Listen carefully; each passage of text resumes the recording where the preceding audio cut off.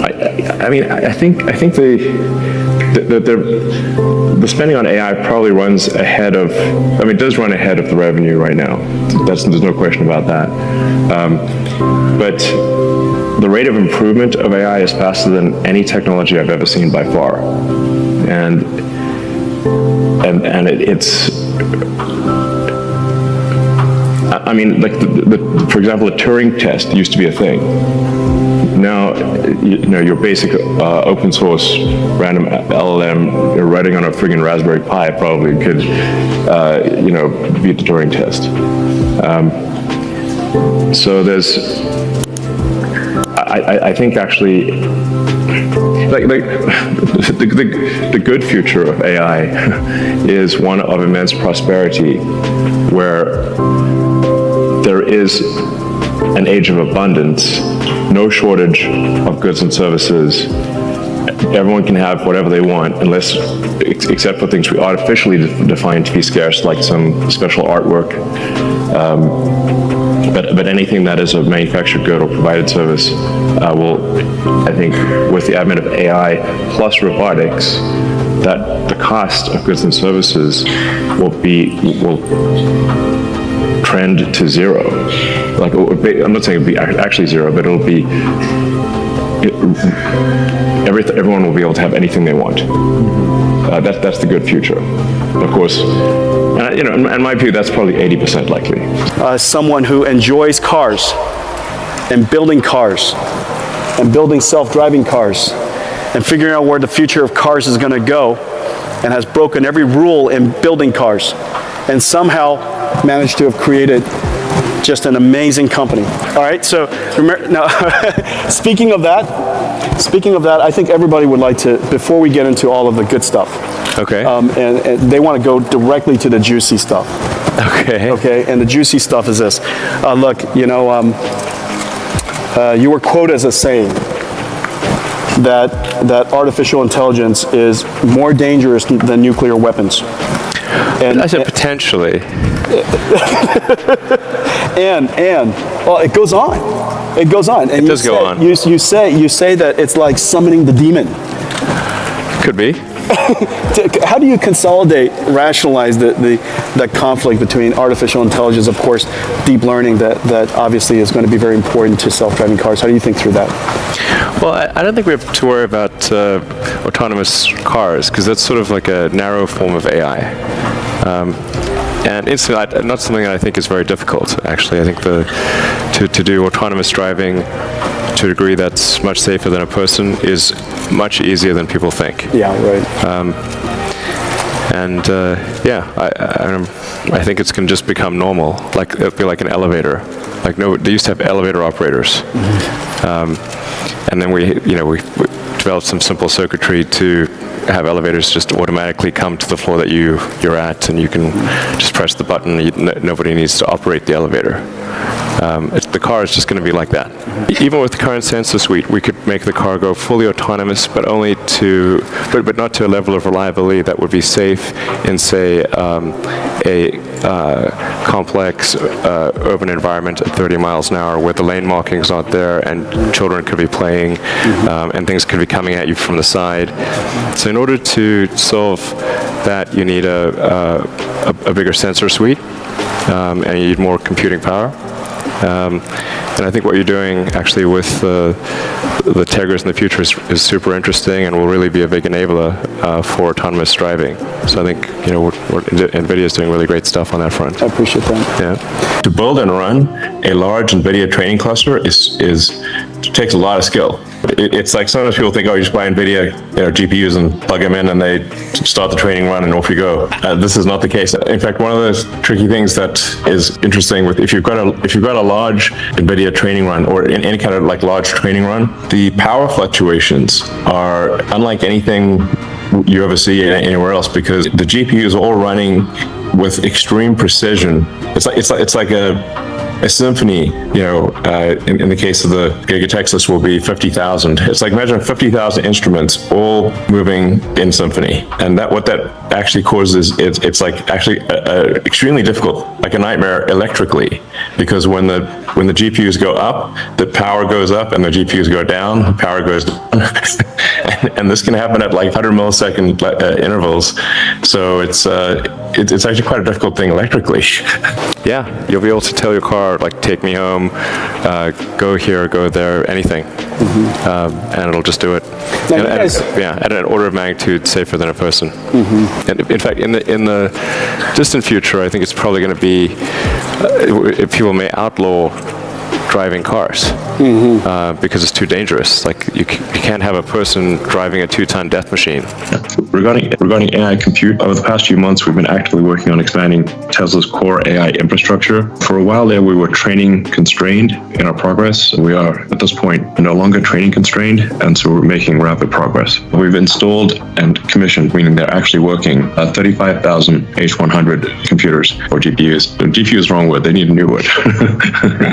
I always feel like a wince when I say GPU, because it's not GPU, G stands for graphics, and it doesn't do graphics. But anyway, roughly 35 H100s are active, and we expect that to be probably 85,000 or thereabouts by the end of this year in training, just for training. We are making sure that we're being as efficient as possible in our training. It's not just about the number of H100s, but how efficiently they're used. In conclusion, we're super excited about our autonomy roadmap. I think it should be obvious to anyone who's driving version 12 in a Tesla that it is only a matter of time before we exceed the reliability of humans, and not much time at that. And we're really headed for an electric vehicle, an autonomous future. And I'll go back to something I said several years ago, that in the future, gasoline cars that are not autonomous will be like riding a horse and using a flip phone. And that will become very obvious in hindsight. I think the thing to appreciate is it's not that full self-driving will be as good as a person. It will be much, much better.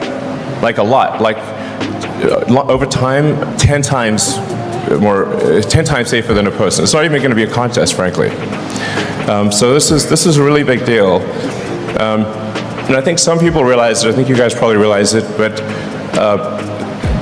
being able to do a software update and have several million cars suddenly go from manual driving to autonomous, I think will be the single biggest asset value increase in history. The normal usage of a passenger car is roughly 10 to 12 hours per week, call it maybe an hour and a half per day. And when you drive around, you see lots of cars just parked in parking lots, because out of the 168 hours in a week, they're using less than 10%, maybe 7% of the hours of the week a car is in use. But once it is autonomous, it can be used probably, 50 hours a week, maybe more.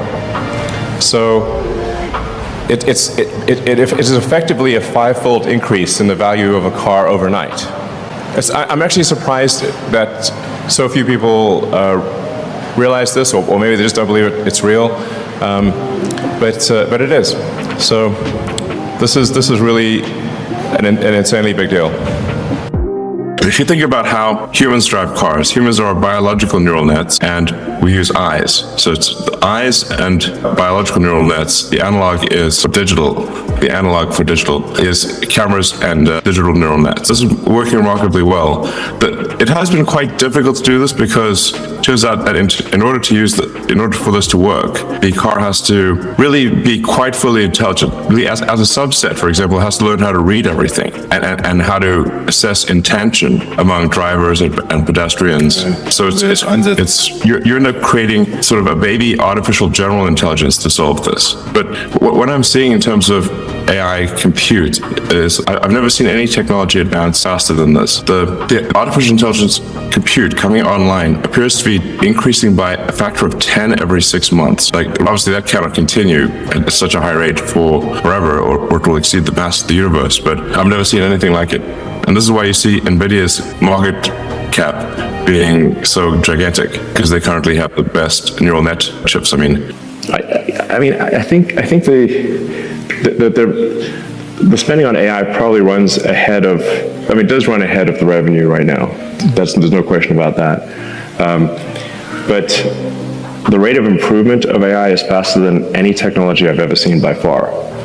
And it's, I mean, like, for example, the Turing test used to be a thing. Now, you know, your basic open source random LLM, you're writing on a friggin' Raspberry Pi probably could, you know, beat the Turing test. So there's, I think actually, like the good future of AI is one of immense prosperity, where there is an age of abundance, no shortage of goods and services. Everyone can have whatever they want, unless, except for things we artificially define to be scarce, like some special artwork. But anything that is a manufactured good or provided service will, I think, with the advent of AI plus robotics, that the cost of goods and services will trend to zero. Like, I'm not saying it'll be actually zero, but it'll be, everyone will be able to have anything they want. Mm-hmm. That's the good future. Of course, you know, in my view, that's probably 80% likely. And software platforms get hacked. How do you think about that? How do you think about security, and what are some of the things that we could do to try to make the car more resilient to security attacks? Yeah, I think that becomes really important when the cars are fully autonomous. I mean, the way the cars work right now, every system in the car, it's assumed, could actually have a mechanical failure of some kind, or a logic failure, a fundamental logic failure. So you can always overwhelm the braking of the car with your foot, and you can overwhelm the steering wheel with your hands. Mm-hmm. So, but when there isn't a steering wheel, or there isn't, you know, a brake pedal or something, like, you know, many years from now, then it's really dangerous, you know, because, but even as it is right now, what we spend most of our time on is making sure that it's very difficult to do a multi-car hack. Like, if you have direct access to a car, just like if you've got direct access to a computer, or even a conventional car, you can do a lot of things to it. Mm-hmm. But that's less of a concern than somebody being able to hack an arbitrary car or multiple cars. So that's what we focus our energy on, is making sure that in that ways it's a lot like a cell phone or a laptop. You know, you focus on making sure that they can't, or that it's very difficult for there to be any kind of system-wide hack. Mm-hmm. So we put a lot of effort into that, and we have third parties try to attack it. And, and then certain parts of the car at the very fundamental level, like the drive unit controller or the steering controller, have an additional level of security. So somebody may be able to, you know, hack something that's cosmetic, but it's much harder to hack something that's actually physically dangerous. Because there's multiple levels. Right. I mean, it may display a funny message or something, but you would not be able to then control the steering or the motor. Yeah, I think Tesla's sort of the leader in electric cars, but I think we'll also sort of be the leader in autonomous cars, at least autonomous cars that people can buy. And we're, I mean, if there's anybody who's interested in working on autonomous cars, we'd love to have you work at Tesla, by the way. So we're going to put a lot of effort into automotive autonomous driving, because it's just going to be the default thing. Yeah. And it could save a lot of lives. Yeah. I mean, frankly, I do have to go engage in some degree of deliberate suspension of disbelief with respect to AI in order to sleep well, and even then. Because I think the actual issue, the most likely issue, is like, well, how do we find meaning in a world where AI can do everything we can do, a bit better? That is perhaps the bigger challenge. Although, you know, at this point, I know more and more people who are retired, and they seem to enjoy that life. So, but I think that maybe there'll be some crisis of meaning, like, because the computer can do everything you can do, but better. So maybe that'll be a challenge. But really, you know, you need the sort of end effectors. You need the autonomous cars, and you need the sort of humanoid robots, or general purpose robots. But once you have general purpose humanoid robots and autonomous vehicles. You can build anything.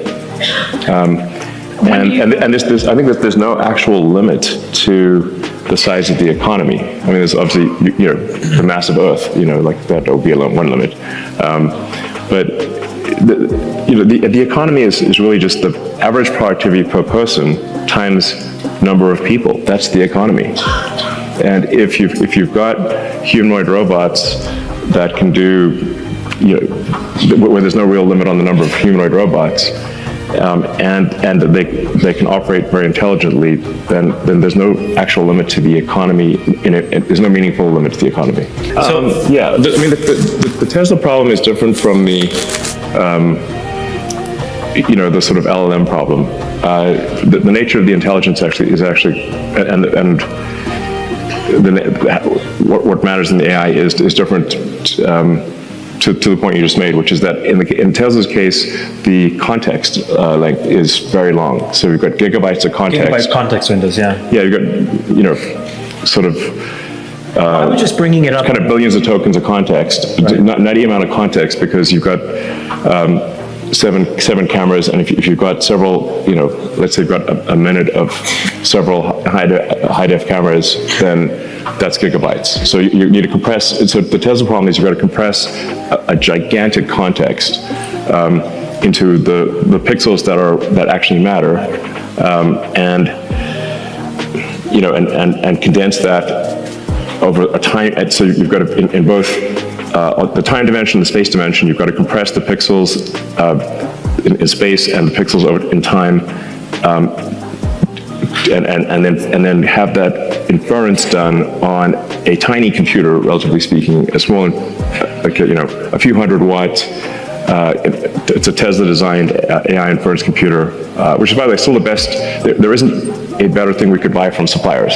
So the Tesla-designed AI inference computer that's in the cars is better than anything we could buy from any supplier. Just by the way, that's kind of a. By the way, the Tesla AI chip team is extremely good. Deep learning is so important. Deep learning is so important to us, and the tools that we're going to create so that we can create the future together. First, I announced Titan X, the world's fastest GPU. I announced Digit's DevBox, a GPU deep learning platform so that data scientists could plug it in, get right to work. Pascal is going to be 10 times faster than Maxwell in deep learning as a result of 3 fundamental technologies on top of the Pascal architecture: 3D memory, mixed mode precision, and NVLink. Those 3 capabilities on top of the Pascal architecture will give us a 10x boost. And then I talked about the NVIDIA Drive PX, a developer's platform that enjoys the ability to bring deep learning to augment today's ADAS and start us down the journey of creating more exciting cars in the future. A deep learning platform for self-driving cars. Everybody have a great GTC. Thank you.